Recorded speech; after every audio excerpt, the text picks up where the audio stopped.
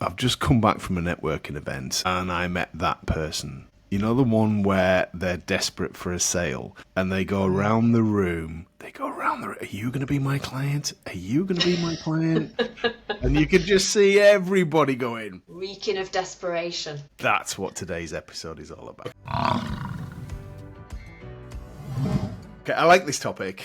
I think so. In our pre-record chat, Gillian, we were just kicking around how do we start this, and I think for me, this episode is about one of my favourite books, The Ultimate Sales Machine by Cadett Holmes. And it was interesting, when I was down south the other week in London, two people mentioned that book. They mentioned it. And the bit that I like from it for this episode is, any moment in time, only 3% of people are interested in buying your thing. Yeah, low-hanging fruit. Well, yeah, if you meet them. But when we go networking, if we're only looking for the 3%, it means we turn off the 97% of the people that we meet. Think about that for a minute. So if you're listening to this, you've met those people that come across, hi, and they really want to get to know us, and they get in person, they get into our personal space, don't they? And we were like, and then we start backing away, you're too close. But there's nothing, I mean, we've all been there where we need a client, but it repels people. It repels people, doesn't it? Yes, it definitely does. Yeah. All right. I've been there. So, what questions have you got for me? Well, I guess the first question is, if they're not ready to buy, why is that 97% so important? What are we going to do with them? Okay, so if you imagine you go to a networking event, or speaking to anybody in your network, so speaking to your network, if we're always looking for a sale, then it's a yes or no answer from the person on the receiving end of that. And I think that if the language that we use, and I think some people do it subconsciously, so what I can do for you is, and if you're interested in this, and if you want this special offer, and if you want to sign up today, and it's you, when you're hearing that in your head, you're going, no. So the language that we use, and I think I speak to a lot of people that say, I don't go networking to sell to the room, but the language that they use is the opposite of that. It's definitely they're trying to sell to the room. So if we go networking to speak to everybody there, and Cadett Holmes talked, he was the first person really that talked about educational based marketing, where we're just,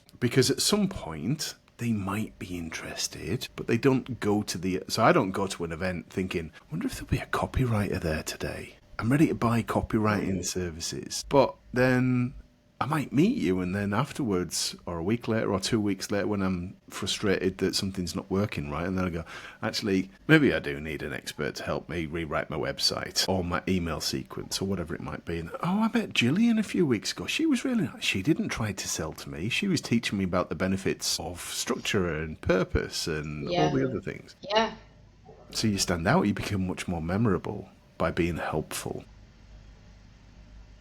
Yeah. So I think that if you go networking with the intention of just helping people rather than trying to sell, then it helps you stand out. And definitely. You and I were just talking about, you've got to the point now where I feel like I'm Yoda and you're my young students. And we were just saying that when we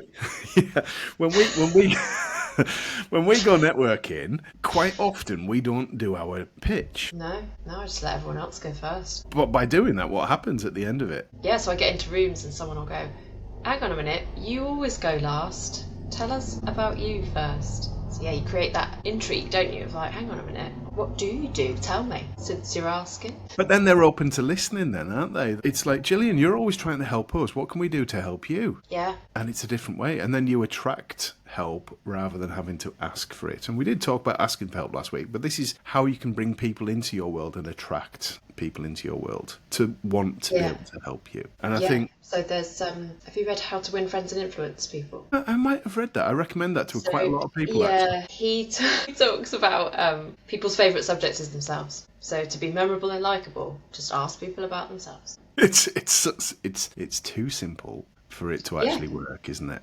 We're looking for complicated strategies, the next new thing, where the old ways work the best. Yeah, exactly. So networking is about building relationships. And if you can build a relationship with 100% of the people, rather than turning off 97% of them, then it's a much better way of doing it. Yeah.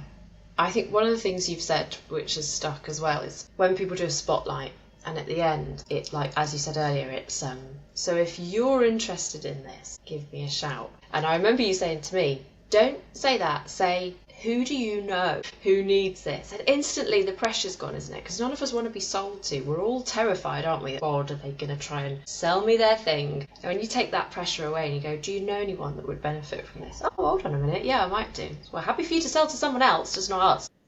But then, because it's not a pitch to the people, what sometimes happens is people go, well, I want that. About me? And I've seen that happen with you at event. Yeah. I've seen that. So it's counterintuitive, isn't it? And it's a bit like when you get very specific on what you're looking for, it's the opposite. I hate it when people use the A word. I'm looking for an introduction to anyone. And basically that means, well, I've done no homework, I've not prepared, I can't be bothered to think about describing my ideal client or what a good introduction is for me. So I'll just ask for anyone because I'm lazy. That's how I hear it now. Well, that's harsh, Jake. I know. I don't think it's always laziness. I think sometimes people go, but I can help everyone. Well, they can't, though. Scared to narrow it down. Well, we know that. They can't. Because I challenge people with, so really, you want anyone? Yeah, I can help anyone. Okay, what about the people with no money? Well, no, obviously not those. What about the pin in the backside people? Well, I don't want those. Well, that's just ruled out an awful lot of people. So with a little bit of thought, they can think about what it is that they want. So when you go networking, whether that's in a one-on-one conversation or with a group or a small group or a large group, start thinking about educating people about what you do and who you help and building relationships. So if you go networking with the intention of helping others and educating them on what you do, those two things alone will have a massive impact on what happens. And people will then go, oh, actually, I know somebody that I could introduce you to. Now, it's not the final answer. We'll come to this later on in this series, not today. Just because somebody knows who they could introduce you to doesn't mean that they will or that they can. Now, that's a future episode, and that one is gold. Yes. But let's stick with this. So the 97%, what else do people need to know about this? How can people make themselves... So we have just discussed helping people to make yourself more memorable, but what else could they do for people to stand out in people's minds beyond kind of personality and helping them? Yeah, is there anything else they could do? Oh, okay, let's just give... What happened just before we were about to press record on this? You were, Jamie, if you had too many coffees, because I was like, 1,000,000 miles an hour, wired like I'd had too much caffeine. Yeah. So I got myself in the right state. So I took a moment to get into podcast mode, or Buffalo mode, which I just had on. So if you watch it, it's like I've got my Be More Buffalo t-shirt on. When I've got to literally get shit done, I put this t-shirt on. I've got 2 or 3 of these, not just one. Yeah, like your power top. Yeah, but it gets me in the right state. So I've got things that will help me tap into the right state of mind. And I think a lot of the time with networking, people feel like, well, I've booked, I just turn up. And they treat that differently to when they go to meet what could be a potential dream client. If you were going to meet a potential dream client, what would you do? Well, you'd probably put your best clothes on. You'd have your hair done. You would arrive early. You'd think about what you're going to talk about. You'd have a plan, some structure, and the next logical step afterwards. And I think a lot of time people go, well, I go networking. This is what I do when I go networking. And it goes something like this. Hi, I'm Jamie. I'm Jamie from Circle Networks, and I sell this. And if you want to buy this, or if you know anyone that wants to buy this, here's the link. And it's a very special offer just for you today. Oh, that didn't work. And then they go back next week and do exactly the same thing again. And it doesn't work in that particular group. And they go, that group's rubbish. I've heard that the grass is greener in that other group. So I'm going to go and join that one instead without actually holding up a mirror and going, oh, maybe it's me not doing something right. So a little bit controversial here. I think that the majority of networks work. And I'm doing myself a disservice here because I could say, we're the best network. But I think that most networks work if you've got the right approach. Yeah. It's an art, isn't it? You have to learn how to network properly. And a lot of people don't. But someone goes, come networking. Oh, okay. And they rock up and they wing it. And I know I'm one for winging it. So we don't need to point that out. But it's a skill and you have to learn it like anything else. So if you get into the right state before you arrive, so turn up as the best version of you. We've got to be walking into a networking event, whether that's online or in person, as the best version of us that people will want to introduce to their best connections. Now, if I turn up, you under the flight path now. You hear that? It's all right. It's all right. Well, I'll It's a pause. helicopter. So we've got to turn up for a networking event as the best version of us, because we want people to introduce us to their best connections. We don't want somebody else's worst connections. We want their best ones.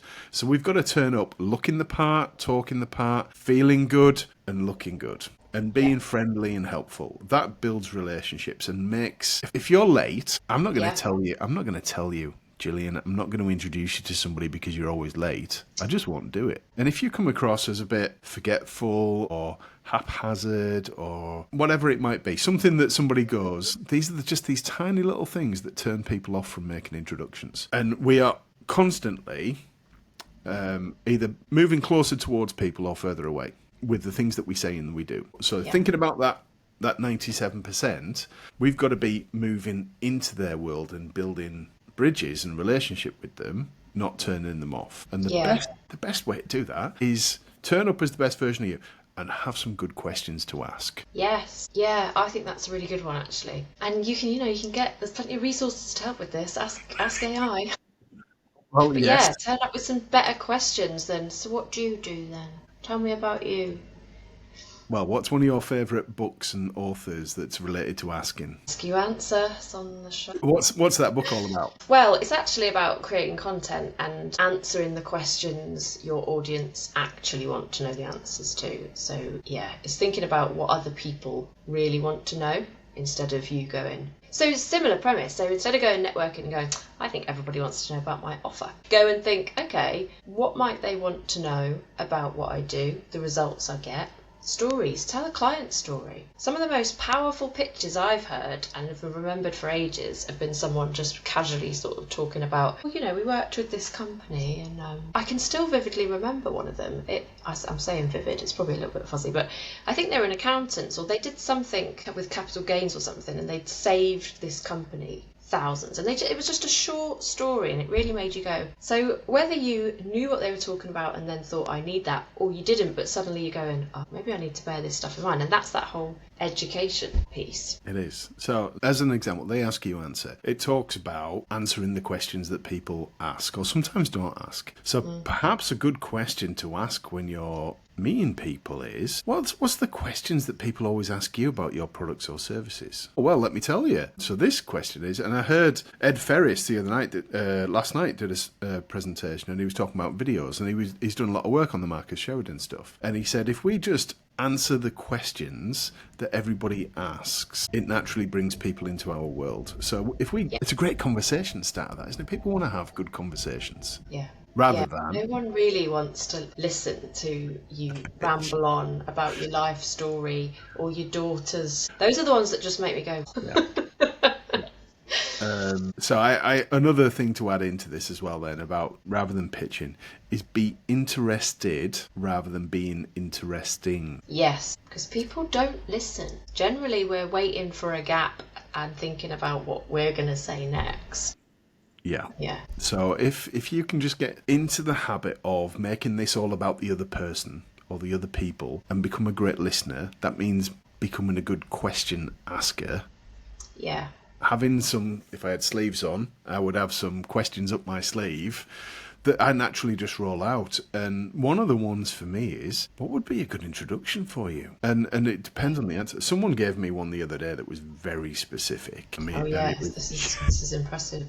Yeah, I won't go into detail, but the more specific, it's counterintuitive. The more specific you are in the introduction that you would like. So, for example, right now I've just come off a call where we've got a program for startups. So if you're a startup business in your first 12 months, we've got an unbelievable offer that can help people get going and build their business and get those first few clients in, which I think is really important. But as well as that, be around other people who've been in business, so you've got a bit of mentoring and people that you can bounce ideas and questions off. So for me right now, one of the things one of the many things that I'm asking people about is, who do you know that's starting up a business? And there might be people in certain industries or services that run courses, perhaps, or in banks or accountants. All these people are involved in that. So that's a specific thing, and it really focuses the mind, because I might say to you, who do you know that's starting up a business right now? But then next week you meet somebody that's a brand new startup and you go, yeah, Jamie was asking. Someone asked me about this. Yeah, exactly.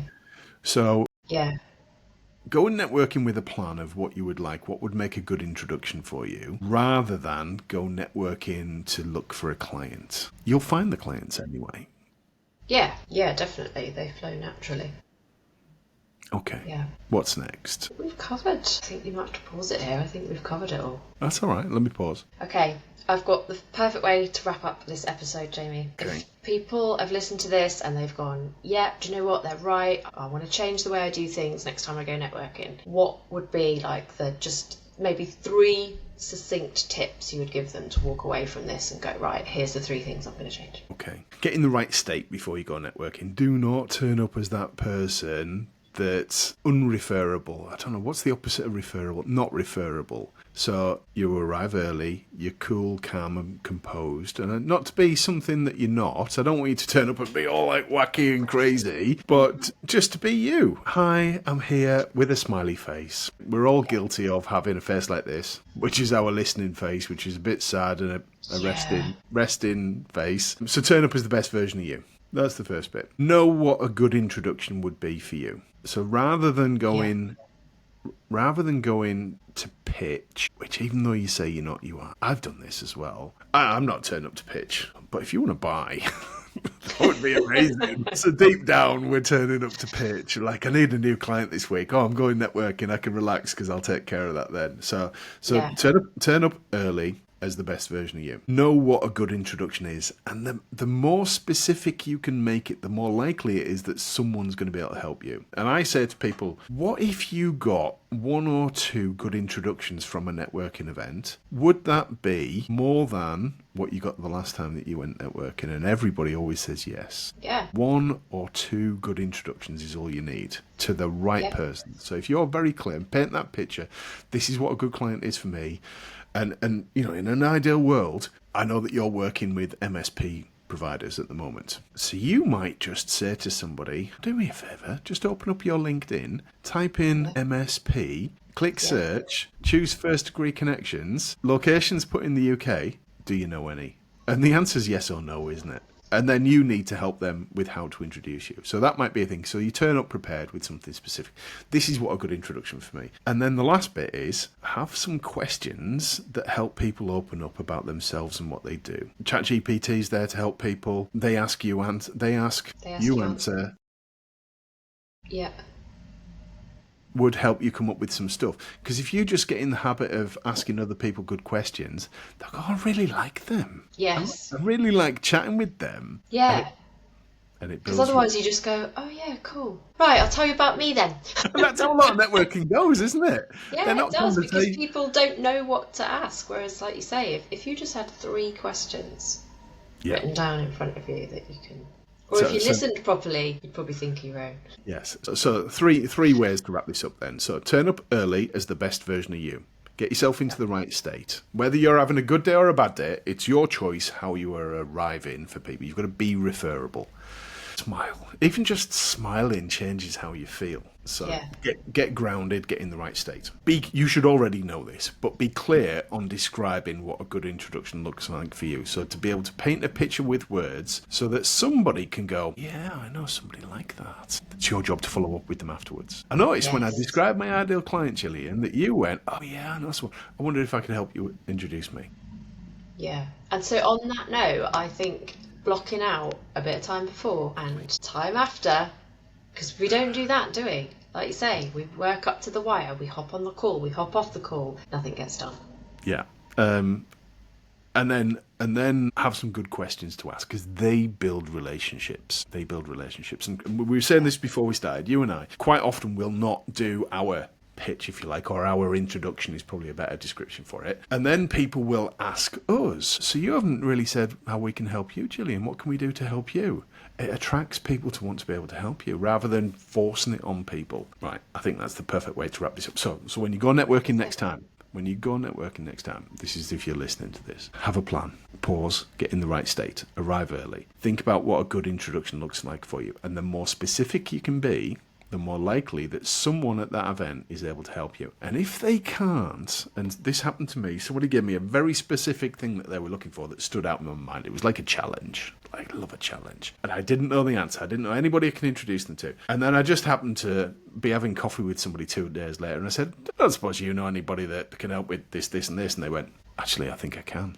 And then I've made the introduction. And I'm like, you just wouldn't believe it. He's the last person that I would have thought could have helped. So you just don't know. But somebody in your network will be able to help somebody else. Try it. What's the worst that could happen? You go to another networking event and nothing happens. You could even pick one person, couldn't you, at the event that has an ask, and you go, right, this is my own little challenge this week. I take it like a personal challenge. It's like a little competition that I run with myself. Right, I'm going to help this person get an introduction. It's up to them to close the business. Yeah. You know, and it might not be. Yeah. I might meet an MSP, so somebody that's involved in IT, managed service provider. I might meet them tomorrow, and they don't want to speak to you tomorrow. But I'll say to them, look, at some point, if ever you need somebody that understands your world, that can help you write better emails and better website and better social media, I know just the person. And at some point, they might come back and ask for it. Yeah, that's exactly. It. All right. Thank you very much. Right. Thank you. If you haven't done already, click the subscribe button and drop a comment. If you're watching this on YouTube in particular, we're starting to get some real traction on YouTube. Drop a comment in on what's been useful for you in today's episode. Thank you. Thanks, Gillian. Thank you.